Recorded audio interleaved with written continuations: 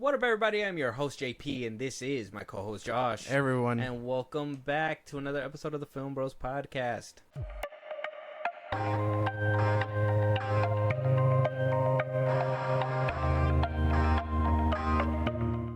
What up, everybody? We got a review. This might be a quickie. This might not. Honestly, I might. I kind of feel like this one's a quickie. Yeah. This one's kind of weird. A little bit. I mean, it's understandable. Mm-hmm. It's not gonna be. I mean, this is no Godfather. This is no Godfather. This is no Dune 2. Yeah. Actually, this film got smushed out so bad that one of the stars just wanted to take some jabs at the MCU because the MCU was so low as well. Stomped on his It's kind of like, man, we're both trash, so let me just go ahead and kick it while it's down. But before we jump into what it made at the box office, what actor we're talking about, and what's happening within this movie, Josh, let them know what we are reviewing today. We are reviewing GhostBusters Frozen Empire 2024. I've been waiting 40 years for this. They called themselves GhostBusters. According to these hacks, they saved the world. No eyewitnesses. And who is found to carry the torch? Descendants of Egon Spengler. You have a miner hanging out the side of a moving vehicle, firing a laser gun indiscriminately. It has a proton pack. It's completely safe. I wouldn't say completely safe. The Ghostbusters are finished. Right, well, overruled. Sustained. If there's something strange, if there's something weird, who are people gonna call? Ghostbusters, what do you want? We're the Ghostbusters. Can I tell you something else? What? Buster makes me feel good. It makes me feel good. When there's something strange in your neighborhood, who you gonna call? Ghostbusters. Always a classic. Yeah, Always a classic. everyone knows that one. Everybody knows that. So, like I said, Ghostbusters Frozen Empire flopped at the box office. Probably Unfortunately. very, very well. I'm kind of figuring out why it did, to be honest. I couldn't tell you. There's okay, a lot so the Frozen Empire, its budget was about $100 million. Oh, okay. Worldwide, it made about $201 million. So broke even. Broke even. Enough for a sequel. Yeah, not enough for another one, but enough to say, hey, we at least recouped our losses, got marketing back. Yeah. And maybe they probably, out of all that, they probably made about $50 million, which is still a good chunk of change, but not as much as they put into it. Basically, yeah. I don't know. Off rip, I would say make another attempt, but obviously things have to change. There's a lot of things in this movie that really have to be looked into. Yeah, there was a few choices in this film that I was just like not rocking with. I would say the characters for sure, but we'll get around to that in a second. So Finn Wolfhard was the actor who decided to go and say that MCU basically was not it when his movie came out. Yes. And, well, it wound up turning out that, you know what, Frozen Empire wasn't really it either, man. Like, so I don't even know why you were, complaining about all this in the third. But currently right now, Ghostbusters Frozen Empire, at the time of recordings, at a 42% on the critic side with a green splat right there. Yeah. 83% audience score. Josh, are we agreeing with these numbers? Yeah. I mean, critic-wise, obviously a little harsh. I mean, I don't think it's not the worst thing ever, but it obviously isn't the best. As for audience score, what's the audience score again? It's at 83%.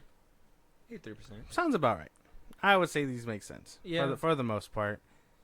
I know critics can be harsh. Critics probably went a little bit harsh, but for the things that this film lacked, there was a lot of things visually that kind of made up for it. Yeah. Basically, yeah. So maybe bump that 42 to maybe like a 50. Maybe get in the middle there. Who knows? But it would still have the green splat regardless. I don't think that helps it. But Rotten Tomatoes said it. Wasn't, I mean, I even heard mixed reviews out of this one when it first came out. That's why I was kind of like not very much, how do you say, like first in line for the ticket. Yeah. What kind of put you off from this one? Like watching it in theaters. It looked cool. I think it just got lost in translation. I think this one, when did this one come out? It was coming out around the time of like Dune and all that, right? Came out with like Fall Guy and stuff like that. Oh yeah, Dune and all that. It just got lost in the middle. But yeah, no, I don't know. Maybe I'm just not too big of a person to enjoy these movies in theaters, because I know I didn't see Afterlife in theaters either. Yeah, me neither. I wanted to see this one in theaters, but when I seen how bad it was bombing, it kind of gives you an indication of what comes with the film sometimes. Yeah. There is some films where I'm like, damn, I wish I would have seen that in theaters. Like, I think a miss that a lot of people missed out on was Ungentlemanly Warfare. Yeah, that was a good one. Yeah, that was a good one. I love that one in theaters. A hidden gem. Monkey Man, I wish I would have seen that one in theaters too. I thought that one was pretty fire. This one, after watching it, for the visuals alone, I'd probably say theater experience would have been crazy, but then everything else just kind of muddles that. So. No, I think visually it could be cool, but if I'm gonna sit for a story this lame, I'm cool with watching it at home. You did it for Deadpool and Wolverine. It wasn't lame. This isn't about that movie. Stay on topic. Oh, sorry. But yeah, no. For It's the most still part, fresh. No. for the most part, this was kind of whatever. I was fine watching it on our TV. So Okay. Yeah, I thought it was pretty good. Director Gil Keenan. We got Paul Rudd returning as Gary Gruberson, Carrie Coon as Khalil Spangle, Finn Wolfhard as Trevor Spangle, McKenna Grace as Phoebe Spangle. Spangler. Sorry, Trevor Spangler, Phoebe Spangler, Kylie Spangler. yes, Kamal Springer films. Hiani was playing Nadim. Patton Oswalt made an appearance as Dr. Hubert Wartsky. Celeste O'Connor as Lucky. Logan Kim as his name is just Podcast. That is hilarious. They didn't have a name? No, that was his name in the first one. Oh, Podcast. They just called him that because he just walked around recording and stuff. That's true. And then it kind of goes so on and so forth. Bill Murray makes an appearance back, and Ernie Hudson. So it's very good. We get a good roster. Everybody basically makes a good return. We actually get the Ghostbusters at a higher capacity than what we did in the last film. I know the last film you only got to see the original Ghostbusters maybe like towards the ending of that film. Yeah. And this one you actually get to work with the Ghostbusters. So in a way, kind of sorta. We'll figure that out as we go along. Frozen Empire though. Josh, if you want to kick us off, man, what'd you think about the characters? Characters. Well, I did ask you why you put it off. Never mind. Yeah. Characters, for the most part, I mean, they were fine. Nothing groundbreaking here. I would say the only ones to really stand out, Paul Rudd. It was Paul Rudd. I think the mom a little bit. McKenna Grace as Phoebe. Although I didn't like where her character was going, I thought she was a good actress. I mean, I think the whole Spangler family kind of did their thing. But obviously, Paul Rudd I know him. He's more seasoned to me, so I think he just stood out a lot more. Mm-hmm. It was cool seeing Ernie Hudson and Bill Murray back as small roles as they had. For what this movie gave, I think they all did fine. I think exceptions being like Paul Rudd and Finn Wolfhard and the Spangler family. Mm-hmm. But other than that, everyone else is kind of like, The ones that I couldn't stand were Celeste, Lucky, the Podcast Kid, and Phoebe. The mom. No, the daughter, Phoebe. The one with the glasses. That's the mom. The mom is Carrie. Oh, okay. Carrie Coon, yeah. Phoebe's was the daughter. I don't know. I liked her in Afterlife. But here, her story made no sense. But I think she's a good actress. I think she's a good actress, too. I think she really delivered, but her story didn't make any sense, no. And I think making her the main for the last movie, the one that makes, the one that's basically the better one, figures it out, puts it all together, blah, blah, blah, blah. For her to turn and just do everything wrong in this one just felt wrong. I didn't like that. I know. What was weird is that this is spoilers and stuff, but I didn't really like that they were like, oh, you're fired and stuff. That's a big point of this movie. They're like, oh, you're fired, and then they continue to go to her for help because she can figure it out. And it's like, if I was fired and you're asking me about ghost-related things, I'd be like, no, I'm not going to help you. Yeah, what the fuck? You won't even let me in the car, but I'm supposed to help you with gadgets and shit? What fuck am out I of even here. doing here right now? That shit's crazy. I didn't get that. It would have made sense if she was off doing her own thing versus, oh, I'm a just dabble in what they ask me to. And in the movie, what they hit him with, child labor or whatever. Yeah, child labor because they didn't get paid and all that stuff. That was funny. I made me laugh. I don't know. I like her as an actress, but her story made no sense. What her character was doing was kind of dumb. Yeah, I didn't like that. Also, wasn't a fan when I first seen him. Kind of grew on me towards the end. Nadim. I mean, I like his character. I like him as an actor too. I think he's funny when he's funny, but I wasn't expecting him to be in this movie. And then when I found out he was in this movie, I was like, man, like, damn. Like, I thought Finn Wolfhard was going to be the comedic relief, like how he was in the first one. Him or Paul Rudd, something. Yeah. I don't know. Him being here, again, I don't know. I got mixed feelings about him. Like, I think he's funny in some roles, and other roles, they put him in, and then he's overstayed his welcome. Yeah. So his whole role as like fire master and stuff, and him not getting it and then getting it, it's like, come on, bro. I would have been fine if you just froze. I didn't like how fast they did his progression for that. Like, oh yeah, and then at the end he's able to be a whole full helping hand at the end. I was just like, that's crazy, bro. A second ago he was struggling to fucking light something up. Yeah, no way. That shit was crazy. Some dude that. Yeah, I did like him in the beginning though when he was like 60. Like he just kept going up higher. That's why he was funny, and then eventually like he just overstays his welcome. Yeah, he kind of got a little too like, why is he even here? Yes, you know what I mean. Exactly, like he's a fire master, but there should have been something else there. It has 70. Yeah, I mean, like I said, he was funny, but I kind of enjoyed everything else. Finn's little side quest, like I said, I think they did what they could. But I think all this that we're talking about is going to go down, like, character-wise now. Or, like, I guess plot-wise. Because I will even say... Well, he didn't really do anything. Well, yeah, because his whole thing was... Okay, so Phoebe's thing in the beginning was supposed to be, you know, she's fired. Yeah. And then Finn's whole thing was supposed to be, well, he's too young to be a leader. Like, he does not responsible, basically. Yeah. He can't drive the car. He wants to be an adult, but yeah, does not do anything. He can't get the ghost from the attic or whatever, blah, blah, blah. Like, that's his... Those were their arcs. You see Phoebe's arc, and all you see is Finn fumbling the whole time with the ghost. Yeah. And you'd never, ever see him drive the car. And then at the end of the movie, everybody just trusts him. So he didn't really do too much either, and he's just... His arc... just goes to where its natural resolution is supposed to be. He was the one that was whipping it in Afterlife, right? Yeah. I don't know. I just felt like he was learning how to drive, I guess. Yeah, but it just felt like that like they didn't really know what to do with him. But the whole story focused on Phoebe, and then Paul Rudd. Phoebe and Paul Rudd, I would say. Yeah, Phoebe and Paul Rudd. They're dynamic. He's trying to be a stricter dad. And be accepted. Yes. And want to be called dad. Yeah. And then by the end, he gets it, which is nice. And then the mom and her just going at it the whole movie. Basically. She's a rebel. The mom tells her, hey, make a few mistakes. And boy, does she fuck up. Yeah.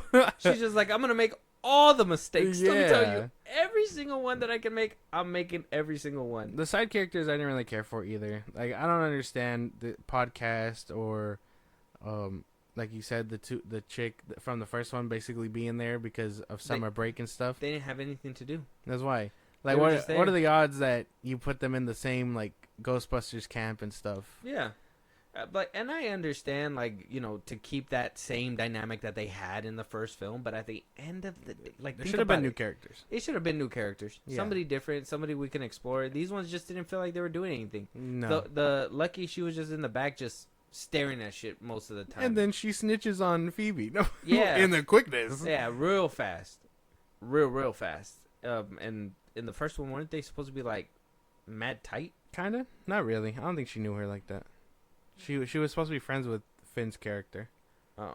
I don't know. This one felt like it was just... It wanted to be something, but at the same time, it just... What's his name right here? The one with the glasses. Lars. Lars? Yes. Okay. Sorry. So... Him, every time I seen him on screen, I thought, like, I was thinking that they wanted to get, what's that dude? What's his name? He was in the Tooth Fairy. Oh, with the glasses. I can't remember. But he was basically the one that was, like, like trying to be a know-it-all. Yeah, you remember that movie? No. Oh, this guy. I felt like they wanted to get him, but they couldn't. Oh, damn. What's his name? Stephen Merchant. Yeah.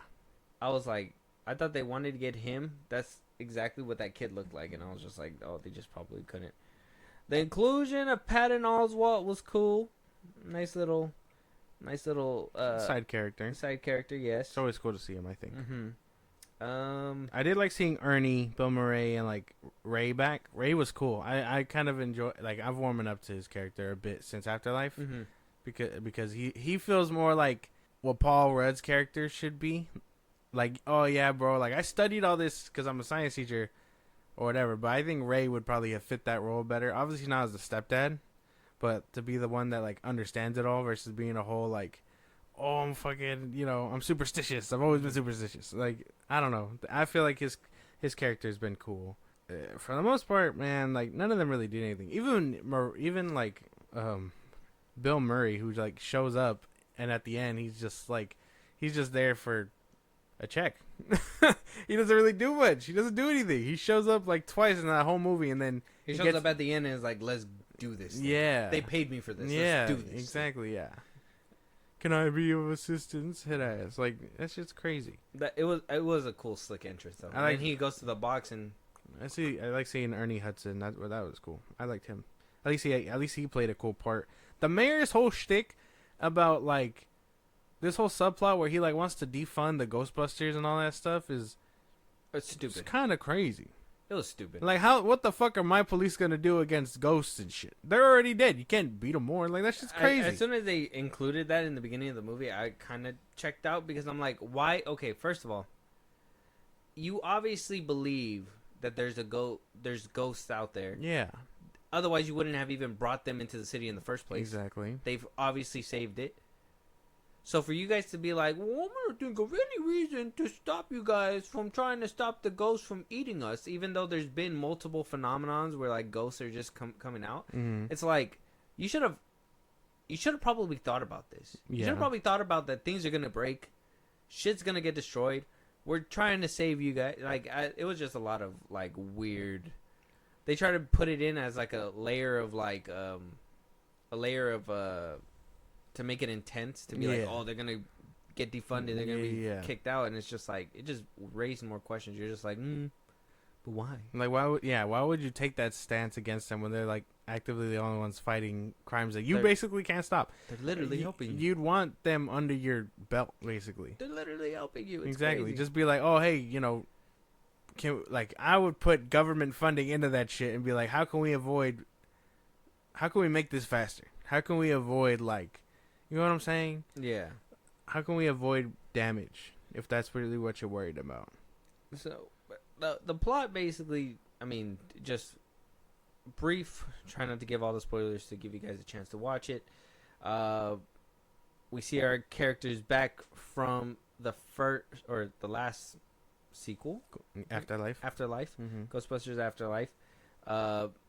The gang is basically growing up together and expanding. Their families merging.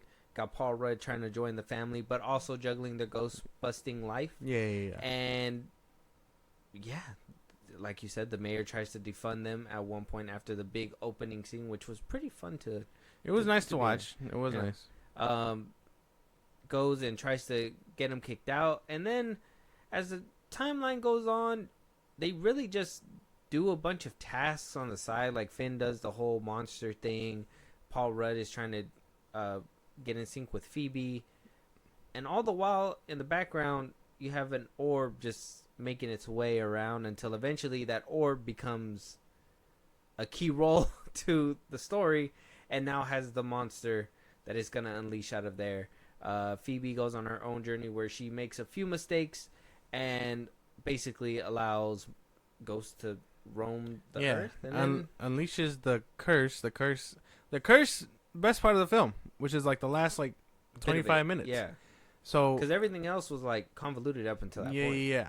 I was waiting for no real ghost busting if we're really thinking about it. No, had it at the beginning, and then had it at the end. The issues that they were having. Yes, and I understood that part, but like I saw the orb the whole time. The orb was like in the background of the film the whole Yeah. time, and it wasn't until like the third act needed to start kicking off. So Yeah. like that's when the orb made front and center. Yeah, her whole subplot with, Phoebe meets and befriends a ghost called Melody, played by Emily Allen Lind. I can't remember where she's from.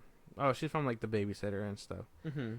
So she shows up. She's like, "Oh, hey, I'm just a ghost. I don't freak you out." Phoebe's like, "Nah, not really." And they become close enough that this bitch reveals that she's like, "Oh, hey, I'm not here to be your friend. I just want to get to my family who's deceased, because I guess being a ghost in the Earth world means you're stuck until you can leave, by figuring out why you died or whatever." And so she ends up tricking Phoebe, and best part of the whole movie, I think this sequence was cool. I enjoyed this whole sequence. Tricks her, and then eventually that's where the whole third act ramps up. But up until then, I mean, it's her getting oddly close to a ghost. Yeah. Out of rejection, because her family kind of rejected her, but also needs her help on occasion. I don't know. Her story kind of made no sense to me too. I just wish it was better. Yeah. I liked her in the first one. I think I liked all these characters in Afterlife. Well, I felt like everybody had a goal. In this one, I felt like they needed to have a reason to unleash the monsters. They didn't have one. It was like, okay, why didn't you guys find... I mean, generic, sure, but somebody digging it up out of somewhere. Instead of, this man had to literally come in, sell it to you. And then, first of all, you get the reading saying that it's off the charts. You're like, oh, wow, this thing's off the heezy. And the first thing you guys just want to do is nothing with it. Like, it's just, you're like, oh, it's here. It's here. It's just going to sit here. And then they go and they do tests or whatever. And then eventually it becomes the role that it needs to play towards the end of the movie when Phoebe is betrayed or whatever. And, we move to that direction. It very convoluted. I mean, I wouldn't say convoluted. It was very straight, paper thin plot that just needed some padding with like the extra layers of defunding them, Paul Rudd's issues trying to get in, Finn's need to want to be looked at as more responsible. Yeah, like all this stuff was happening in that really didn't get a payoff. Yeah, they didn't even accomplish their tasks. No, really, none of them did. No, They just by the end of they got it at the end. That's the weird part. They didn't really do anything besides the little bit that we saw. Yeah, And then big third act, and then even then by the end of it, the ghost that Finn spends the whole movie chasing is still running free. Mm-hmm. Him and the one from the ghost from the beginning. If anything, it helped at the end. Yeah, man, this movie.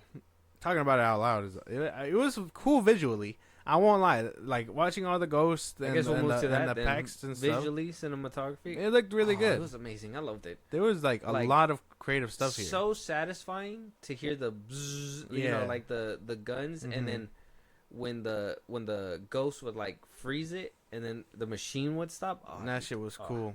That's why visually there's a lot of cool stuff here. Like even the lion that they had was pretty fucking cool. Yeah. That was in the trailer. It's not a big spoiler. That scene, I was gonna talk about that one next. I know you guys can't really see it. It's kind of, I mean, it's not really a spoiler. I think it's in the trailer. But they do that whole librarian scene from like the first one. Yeah. Which is a cool callback. I kind of enjoyed it. If you get it, you get it. If you don't, you don't. But in the movie, kind of out of place. Unnecessary. For sure. It was a weird like spot to put it in. Yeah. It wasn't even like they were like searching. They were actively being chased, I think, in the moment. They were chasing it. They were chasing Oh, the they were ball. chasing. Yeah, there you go. And then that just so happened to be there. Yeah. Good. It was cool, but not Out of really, place. Yeah, out of place for sure. The visuals are cool. I really liked when she was a ghost and like on fire. Yeah. Didn't look too bad. I gotta just say too, like, oh my god, I'm sorry guys, but like if this is too much of a spoiler, I'm sorry, but Phoebe being able to go to the astral plane is kind of weird. Like to be able to ghost yourself. I know. That was a little. That's why I thought it was like a little weird. Like, yeah, they were taking. There's this whole machine in here that I can't remember what it does. It's a whole lot of scientific bullshit, made up bullshit. It just makes you die. Basically, So you could be a ghost, Yeah. and then you come back to life whenever the timer's up. Yeah, something like that. It takes haunted objects, removes the ghost, and sends the ghost to the afterlife, or traps it, something like that. It basically takes it. They basically damn you to a box after the whole fact. So, yeah, that's what I meant earlier by her being tricked. She's like, "Oh, we can be close together." She just dies. She chooses to kill herself for 2 minutes, and then I still think that whole sequence was fire. Not the whole sequence where she's tricked was pretty fucking cool. Yeah, when it looks like when the ball opens up, all the pieces fall, and like when he comes out, grabs the when he gets the horns. That shit was cool. The demon, the ghost, whatever you want to call it, it wasn't even a ghost. It was a whole god. It was a whole god, and they like were able to stop it. I was like, okay, it seems a little bit out above their pay grade, but I'm with it for the most part. I was expecting more out of it, not just like fire and the beams. But yeah, we should have had a little bit more backstory with that whole Fire Master thing. I don't like how they just kind of like skipped it. I mean, I thought it was funny for the movie, because it was kind of like, well, she never told you about your destiny. It's like, she told me a lot of things. We just weren't close. Yeah, I was just like, okay, like that can happen, and you could see it was he was out of touch. Mm-hmm. So I mean, that was believable for me, and I thought it was funny, but I was just like, maybe I would have liked a little bit more in detail of what was going on with his powers, or maybe if at least he didn't care for it, but he knew about the powers and could at least juggle or something. You know what I mean? Like just fucking around type shit, and then use for a better purpose. I don't know. Just it seemed like they wanted to tell more story. They didn't have the time to tell that story, but yet proceeded to tell it to you anyway. Just padded it. They just padded it along. Yeah. None of the character arcs really did anything. That's why I think Afterlife was just special. Perfect. Almost perfect. I know some people didn't like it because of the whole thing, but we here liked it. Yeah, no, that one was really good. I enjoyed it simply. We're just talking about a whole nother movie, but I just enjoyed that one a lot more. I mean, that one was paying homage. It managed to do it all. This one just felt. But we do have soulless. a review out right now. Go check it out. Yeah, y'all can go check that out. But this one just felt kind of soulless. There's no reason for it to exist. There's no reason for the legacy characters to be here, really, outside of like, I guess, training the new. No, not training. I mean, even like Winston, Ernie Hudson's character, like even Winston could have done that by himself. But to have like this whole other team and then be like, oh, we're just doing like labs up here, and here's Lars, who's like an ass because he's so smart and knows everything. Unnecessary stuff. Like yeah, you could add more to the team, but I mean, at least make them useful. Mm-hmm. I don't know. I wasn't really like vibing with half of it. Nah. But visually, pretty good. Visually amazing. Yeah. I loved everything about it. If you could sit down and just, I don't know, ignore it for a cool minute, the vibes and the cinematography and the visuals, it'll get you through. It kind of carried me for sure. Like that scene where that vape shop and then like the ice in his head just kind of falls to the floor. Like that was pretty cool. Like there was a lot of the whole scene of the like New York getting frozen was cool. That was pretty fire. The beam in the sky was cool. Mm-hmm. I know you were like, this is the beamiest beam in the sky. Yeah, I was like, damn, this is actually a pretty damn good beam. Yeah, I've never seen they do one like that in a while. Yeah, it's not. This one's in the trailer. It's not that big of a deal, but they shoot like a red beam into the sky. No, but that's just perfected by the that final. Shit was cool. Yeah, that's the. I did say that. That shit was crazy. It was too clear. One of the best beams I've seen in cinema in a while. Yeah, no, good visually, I suppose. It just falls flat in the story, and I mean, which is crazy because again, Afterlife was well balanced enough. Paul Rudd is like the takeaway here. This one was just the cash grab. I felt. Yeah, I'm sorry. They should have done better. Good villain, good demon at the end. Like very wasted though, but very good.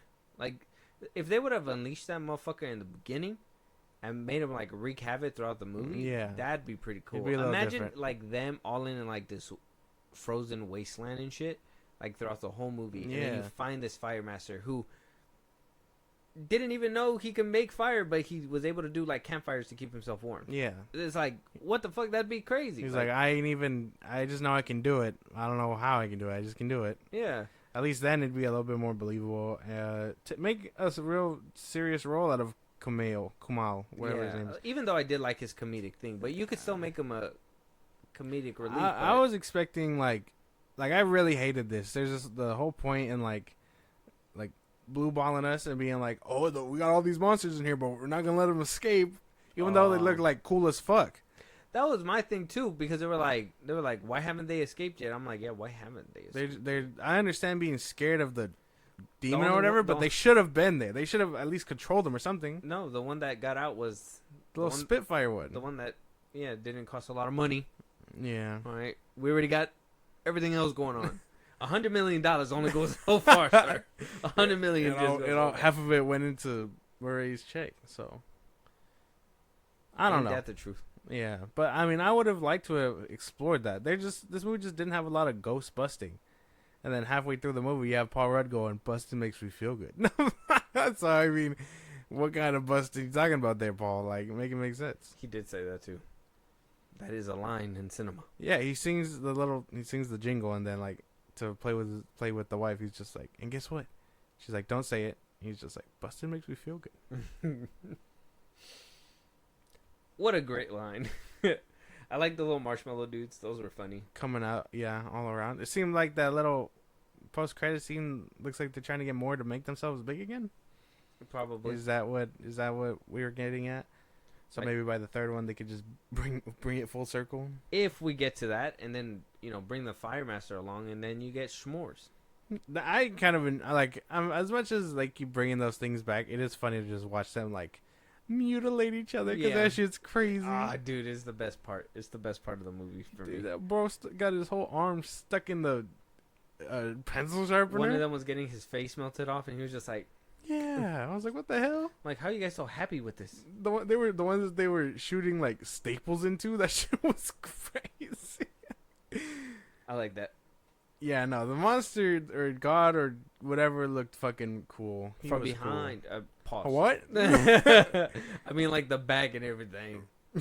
I mean, pause. What do you mean? I mean, horny back. I mean, what? Pause. Sorry. I mean, giving demon back shots. I mean, no.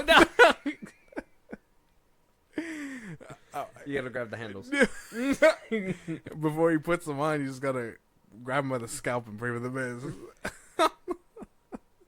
But yeah, no, this movie sucked. No. It was okay. It was a step down for sure. Yeah. World building wise, I would have liked that came with the plot, but they didn't really. I would like to attach see anything to Afterlife. I would like to see a third one. Simply, if it could be as visually as cool as this one, I would not mind a third one. Yeah, because visually, it took it. I'm telling you, look, that whole slipstream, that shit's fucking cool. I like when it froze and like when it hit the floor, you could still see it like in the ice. It was just moving. It was cool. Freezing plasma was crazy. Kind of a lot of funny moments. I won't lie. This one did kind of have me like cracking up a bit. It was kind of cool. Yeah. I think it did a good job in some parts. It's just it failed in the story department. That scene where he's just like the hammer gets a fuse. That shit was yeah, crazy. he just like still squished it. What a great story. It's an interesting movie. I would say give it a watch. Simply for the visuals, because it did look cool. I would say the visuals. The visuals are nice. It carries hard, and I mean, if you're a fan of Paul Rudd, this isn't a dud for him. So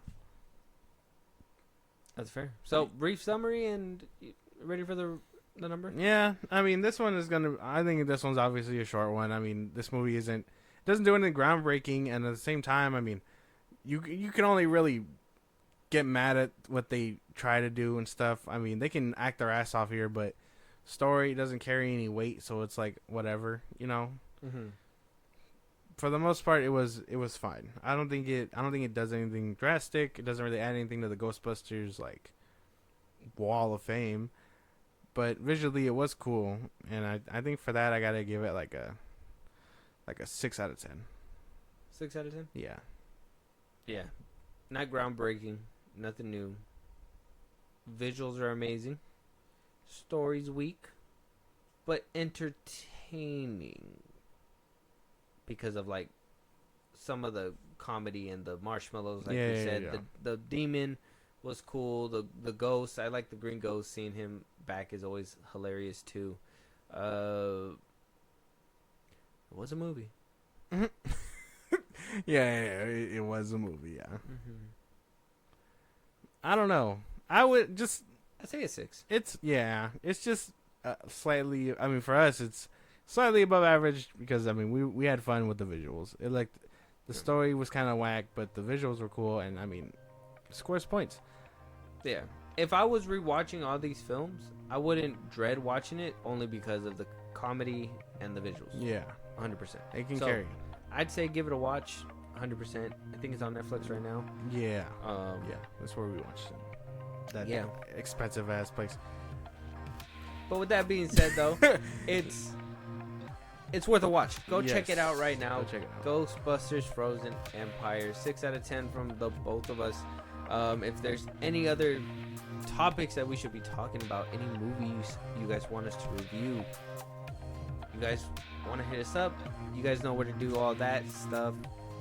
Josh, let them know one more time real quick, and let's get out of here. Twitter, TikTok, Instagram at FIlmBros Podcast. We post episodes are up. You can hit us up there for any news or movies you want us to cover.